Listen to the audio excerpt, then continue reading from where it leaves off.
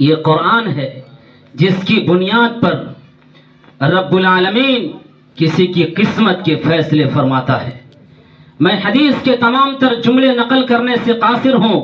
اس لیے مفہوماً اور ترجماً میں آپ کے سامنے یہ بات نقل کر رہا ہوں کہ حضرت ابو سعید خدری رضی اللہ تعالیٰ عنہ صحابی رسول ہیں، ارشاد فرماتے ہیں کہ آقا صلی اللہ علیہ وسلم نے فرمایا حسد کرو، حسد کرو، حسد کرنا چاہتے ہو آؤ حسد کا طریقہ بتاتا ہوں کہ کیسے حسد کرنا ہے۔ کوئی آگے سماج میں بڑھتا ہے اس کو دیکھ کے حسد کرو گے، کوئی ترقی کرتا ہے اس کو دیکھ کے حسد کرو گے، کوئی مکان بناتا ہے اس کو دیکھ کے حسد کرو گے،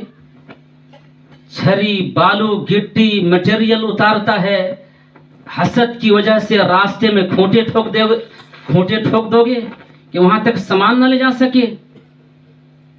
یہ انسان کا کام نہیں ہے، جانور کا کام ہے۔ او میں تجھے بتاتا ہوں حسد کہاں کرنا ہے۔ جہاں پہ حسد کرو گے تجھے حسد کرنے کا ثواب بھی ملے گا۔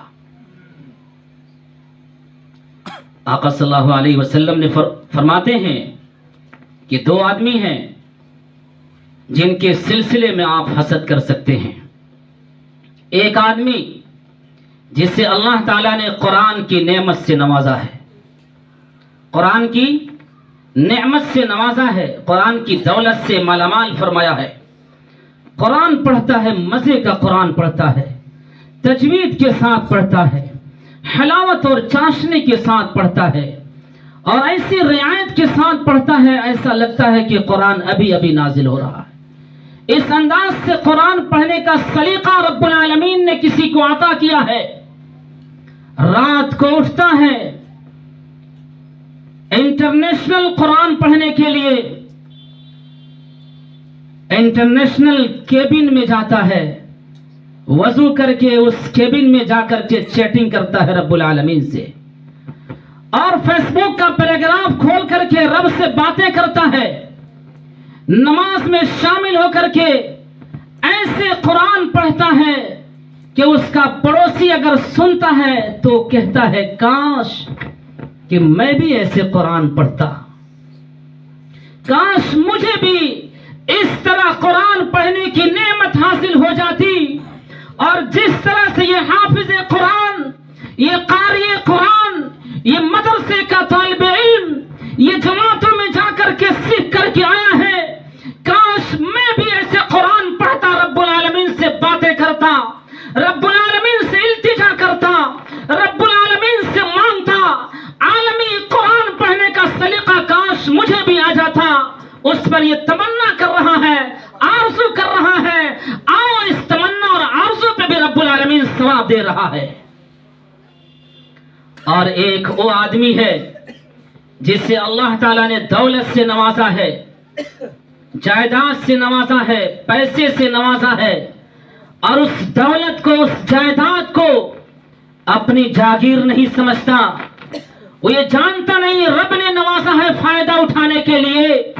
اور جو بھی مجبور انسان میرے پاس آ جائے گا، جو مستحق آدمی میرے پاس آ جائے گا، کوئی مدرسے والا میرے پاس آ جائے گا، اسے جھاڑوں گا نہیں، اسے ڈانٹتا نہیں ہو، اسے پھٹکارتا نہیں ہو، کسی مسجد میں ضرورت ہے نکال کر دے دیتا ہے، کسی دینی اجتماع میں ضرورت ہے نکال کر دے دیتا ہے، کسی غریب یتیم بچی کی شادی ہو نکال کر خرچ کر دیتا ہے، اور جہاں ضرورت ہے اللہ کے راستے میں اللہ کے غازی بندے اللہ کے دین کے لیے دوڑ لگا رہے ہیں، وہاں اپنے پیسوں کو پہنچا رہا ہے، وہاں اپنی جائیدادیں خرچ کر رہا ہے، وہاں اپنی انرجی ویسٹ کر رہا ہے، اپنے دماغ اور اپنی فکر کے ذریعے سے سوچ بچار کر رہا ہے کہ وہاں انسانیت تباہ ہو رہی ہے، وہاں انسانیت جل رہی ہے، وہاں انسانوں کے خون سے ہولی کھیلی جا رہی ہے، وہاں انسانیت تار تار کی جا رہی ہے، وہاں ماؤں کے دوپٹے اتارے جا رہے ہیں، وہاں ماؤں کی عزتیں نیلام کی جا رہی ہیں،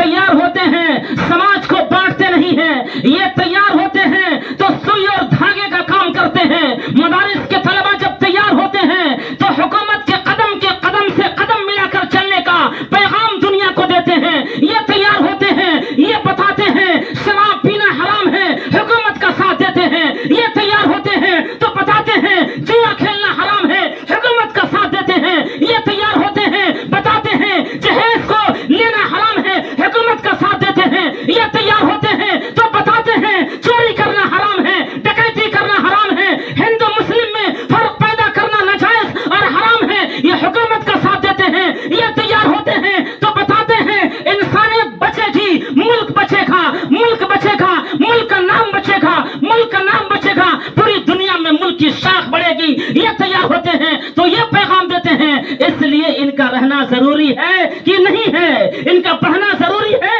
کہ نہیں ہے، ان کا قرآن پڑھنا ضروری ہے کہ نہیں ہے، ان کا حدیث پڑھنا ضروری ہے کہ نہیں ہے، ان کا حدیث کا، ان کا سنت کا، ان کا قرآن کا، ان کا شریعت کا، ان کا محمد عربی کے پیغام کو اپنے سینے سے لگانا ملک ہندوستان کی دھرتی پر کتنا ضروری ہے، اس کا فیصلہ آپ کی عدالت کے حوالے کر دیتا ہوں۔ کتنا ضروری ہے کہ نہیں ہے؟ ہر حال میں ضروری ہے۔ اس لیے مدارس کے پڑھے لکھے لوگ دنیا کے کسی کونے میں جب جاتے ہیں، میڈیا سینٹر میں جب انٹری مارتے ہیں، یا وکالت کی ڈگری لے کر کے جب اس عہدے پر فائز ہوتے ہیں، یا سیاست کے میدان میں جاتے ہیں، یا امامت کا منصب سنبھالتے ہیں، یہ مدارس کا اسٹیج اپنے ذمے لیتے ہیں، یہ مدارس میں جا کر کے درس و تدریس کا کام انجام دیتے ہیں، تعلیم و تعلم کا کام انجام دیتے ہیں، قوم کے بچوں کو سنوارتے ہیں، قوم کے بچوں کو بتاتے ہیں کہ آپ کو سماج کے لیے بہترین انسان بننا ہے۔ یہ ٹیچر ہی تو ایسا کام کرتے ہیں کہ نہیں کرتے ہیں؟ اس لیے معلم کا رہنا بھی ضروری ہے، اور معلم کی نگرانی میں ان کے انڈر میں اسٹوڈنٹ کا رہنا بھی ضروری ہے۔ دنیا اس وقت امن و آشتی کا گہوارہ بن سکتی ہے جب تک دنیا کو معلم اور اسٹوڈنٹس ملتے رہیں گے۔ جس ملک اور جس علاقے سے معلم کا خاتمہ ہو جاتا ہے، پڑھنے پڑھانے والوں کا خاتمہ ہو جاتا ہے، اس علاقے میں چوری جنم لیتی ہے، اس علاقے میں ڈکیتی جنم لیتی ہے، اس علاقے اور سماج کو یہ برائیاں کھوکھلا کر دیتی ہیں۔ اس لیے پڑھنا پڑھانا سماج کے لیے ایسے ہی ضروری ہے جیسے انسان کو زندہ رہنے کے لیے 2 وقت کی روٹی کا لینا ضروری ہے کہ نہیں ہے؟ اس لیے آپ بہت خوش نصیب ہیں، بہت خوش نصیب ہیں جن کا 1 پیسہ اس تعلیم و تعلم پہ خرچ ہوتا ہے۔ اور مدارس کے لوگ جب آپ کے پاس جاتے ہیں، یہ اپنے گھر کے لیے نہیں جاتے ہیں، خدا پاک کی قسم میں آپ سے عرض کر رہا ہوں، آپ ذرا ان کے ساتھ 2 قدم جا کر کے دیکھیے کتنی محنت ہے، کتنی لگن کے ساتھ اور کتنے شوق کے ساتھ یہ گھوم کر کے سماج کے ہر طبقے سے، رکشہ چلانے والوں سے، محنت مزدوری کرنے والوں سے، ملازمت کرنے والوں سے، کھیتی باڑی کرنے والوں سے، ہر آدمی کو متوجہ کرتے ہیں، ہر ایک کا دھیان اس کی طرف لے کے جاتے ہیں اور کہتے ہیں آپ کی رقم اس پن کام میں خرچ ہو رہی ہے، اس نیک کام میں خرچ ہو رہی ہے، انشاءاللہ یہی رقم کل قیامت کے میدان میں گواہی دے گی۔ اس نے قوم اور سماج کے بچے کو بہتر انسان بنانے کے لیے خرچ کیا تھا۔ اے ربا، اس نعمت کے بدلے میں، اس قرآن کی آیت کے بدلے میں، اس رقم کے بدلے میں سفارش کر رہا ہوں، اس بندے کو معاف کر دیجئے۔ رب العالمین اس بندے کو معاف کر دے گا اور جنت میں اس کا داخلہ طے فرما دے گا، اس لیے کہ یہی قرآن ہے۔ حضرت ابو امامہ رضی اللہ تعالیٰ عنہ حضور صلی اللہ علیہ وسلم کا ارشاد نقل فرماتے ہیں، آقا فرماتے ہیں اقرؤوا القرآن فإنه یأتی یوم القیامت شفیعا لأصحابہ۔ آقا نے فرمایا یہ قرآن پڑھو، یہ قرآن پڑھو، یہ قرآن پڑھو۔ کیوں پڑھو؟